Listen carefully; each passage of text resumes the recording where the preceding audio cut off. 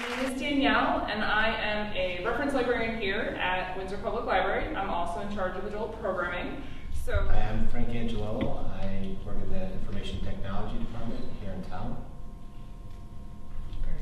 I am Jen Filer. I'm the environmental educator at Northwest Park. I'm also a single mother of a very handsome 6-year-old. I'm Tom Lepore. I am a captain of the police department here at Windsor for the last 32 years, and that's what I do in my spare time. My name is Natalie Carpenter, and I am assistant manager of Fleet Feet Sports in West Hartford. I'm going to ask, what was your first running event? First event was a 5K, probably about 16, 17 years ago. Cool. And I don't know the distance, but it seemed very long. We'll say that. Official organized running event would have been the Hartford, the little 5K run down in Hartford. I think it was like 2011. Marathon. Never having run maybe more than like whatever they've made us do in school. Or other running events have you done since then? And if you've done a marathon or a new triathlon, tell us which ones. I didn't eventually grow into the marathon, so like I said, I was probably started when I was in my early 30s. So go from just sitting down at my desk all day to being able to run. It's nothing I was born with. It's just something I took up later. Numerous 5Ks.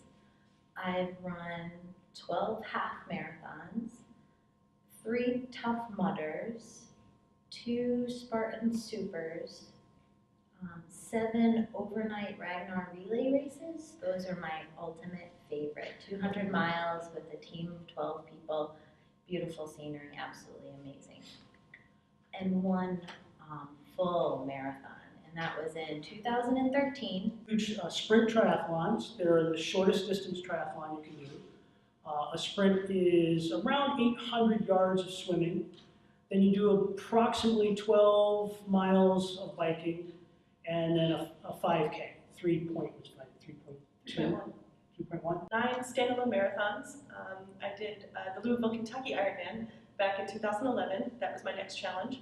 I did start with an Olympic distance and then a half. I did not go for the full Ironman this time. And right now I'm working on a 100-mile mountain trail race to be taking place in August in Colorado.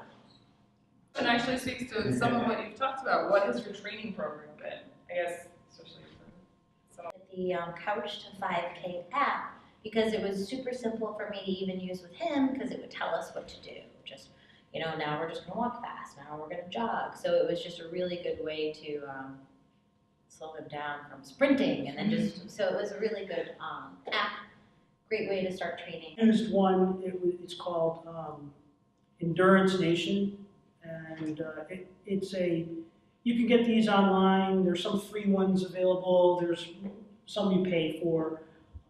This particular one I did was a 20-week training program.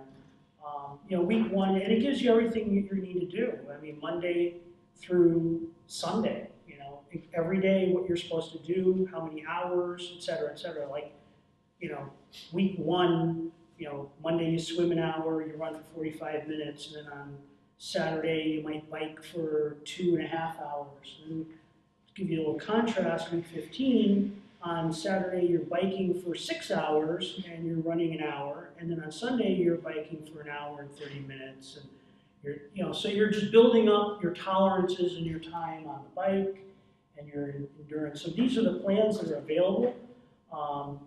There's coaching you can get. And mini pretzels. Because fig is just, it's a great fruit to keep in your body, where again you're getting that fiber, but it breaks down pretty easily into the system. And then salted pretzels. Sometimes I just want to lick the salt off the pretzels and I'll just throw them on the ground. And sometimes I'll actually eat the pretzels for the extra carbs. But those are like my secret weapons. Like, I will not run a marathon or distance race without having some in a baggie. Or workouts, I will use Cliff Bars, goo.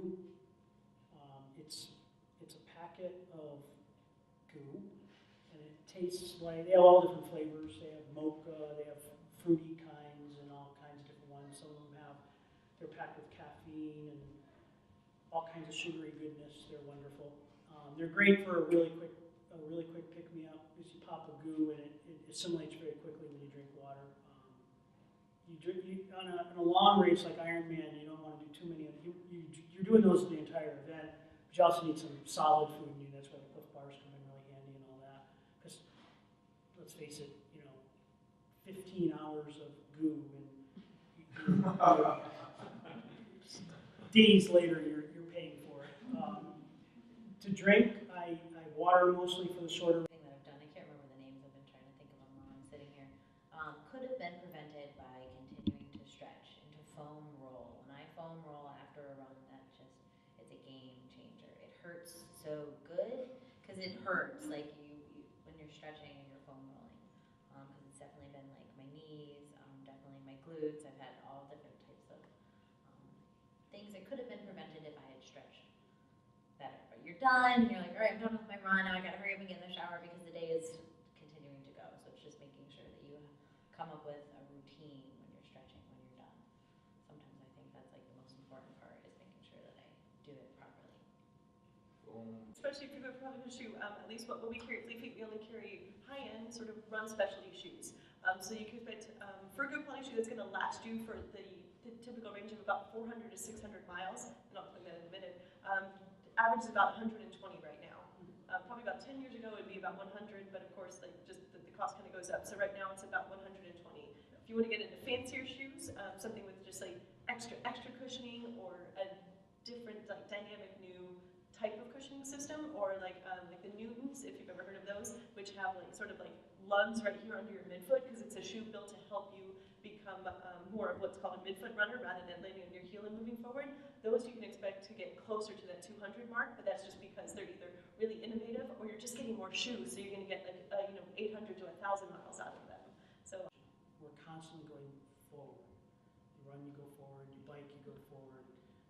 There's no side to side, so you don't have the stability. So core work is so important. Side to side motion, you just never do it. So you have a tendency to pull muscles when you do something a little out of the ordinary.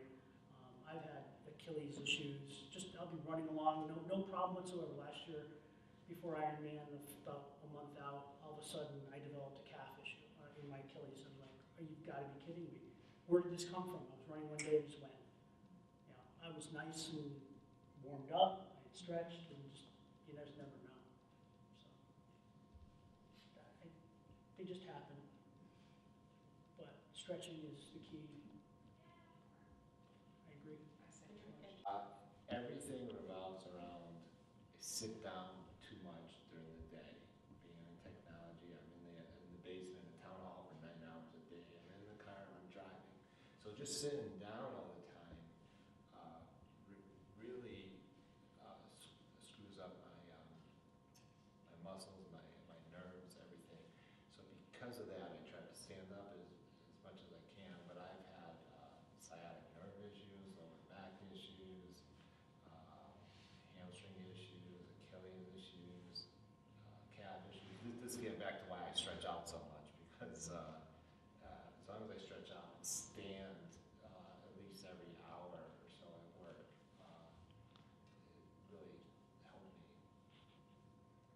So nothing broken though. I've had similar experience. I don't know about, maybe you can tell me about this with the running.